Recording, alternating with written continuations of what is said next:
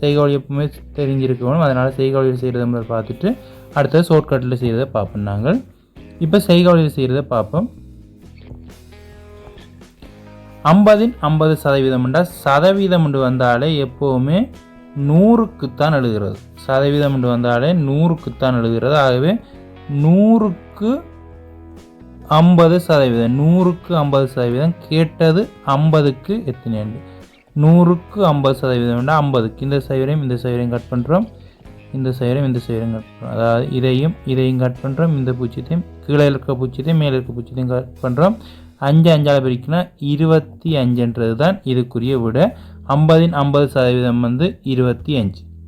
அதே மாதிரி 30% என்றால் 100க்கு 30% என்றால் எப்போவுமே 100க்கு தான். 100க்கு 30 என்றால் கேட்டது 30க்கு. ஆகவே இதை இந்த பூச்சியத்தையும் கட் பண்ணுறோம், மேலே இருக்க இந்த பூச்சியத்தையும் கட் பண்ணோம்னா 3 பிரிக்கினா 9. 50% என்றால் 25. அதே மாதிரி 30% என்றால் 9. சதவீதம் 100க்கு 30 என்றால் 30க்கு எத்தனை? 100க்கு 50 என்றால் 50க்கு எத்தனை? அதே மாதிரி ரெண்டாவது கேள்வியை பார்த்தோம்னா ரெண்டாவது கேள்வி செய்துட்டோம். மூன்றாவது கேள்வியை பார்த்தோம்னா 250 50%. சதவீதம் என்றாலே 100க்குன்னு சொல்லிட்டோம். ஆகவே 100க்கு 50 என்றால் கேட்டது 250க்கு எவ்வளவு? 250க்கு எவ்வளவு? 0 இந்த பூச்சியத்தையும் கட் பண்ணால் 5ஆல் 25 பிரிக்கினா 125. ஆகவே 250 50% வந்து 125.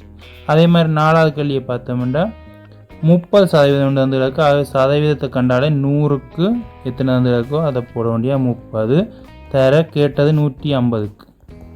ஆகவே இதையும் சுருக்கினோம்னா பூச்சியத்தையும் சுருக்காது.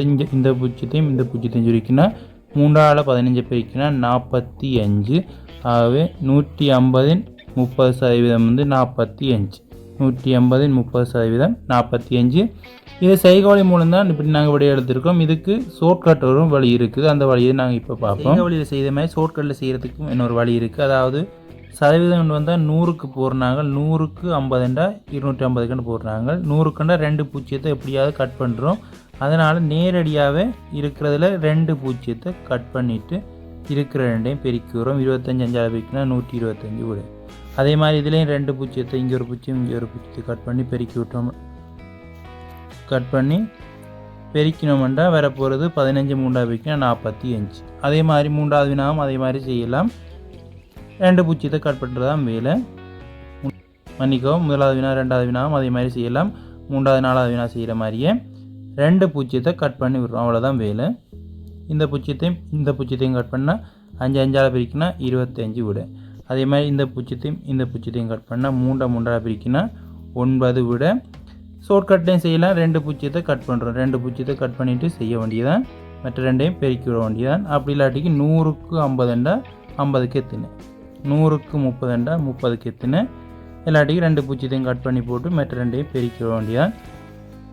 இதே மாதிரி வேறுபட்ட வினாக்களோடு சந்திப்போம். அடுத்தது பொட்மேஸ் சம்மந்தப்பட்ட வினாக்களோடு சந்திப்போம். அடுத்தது பொட்மேஸ் சம்மந்தப்பட்ட வினா. கம்யூனிட்டி போஸ்ட்டில் பொட்மேஸ் சம்மந்தப்பட்ட வினாக்கள் நிறைய போட்டிருந்தோம். அதுக்குரிய விளக்கம் அடுத்த காணொலியில் பார்ப்போம். இந்த காணொலியில் சதவீதம் சம்மந்தப்பட்ட 4 வினாக்கள் பார்த்துருக்கோம். 50 50%, 30 30%, 250 50%, 150 30%. இதுக்குரிய விளக்கம் வழங்கியிருக்குமென்னு நினைக்கிறேன். ஏதாவது சந்தேகங்கள் இருக்க வேண்டாம், அதை கருத்தில் பதிவு பண்ணுங்கள், கமெண்டில் தெரிவிங்க.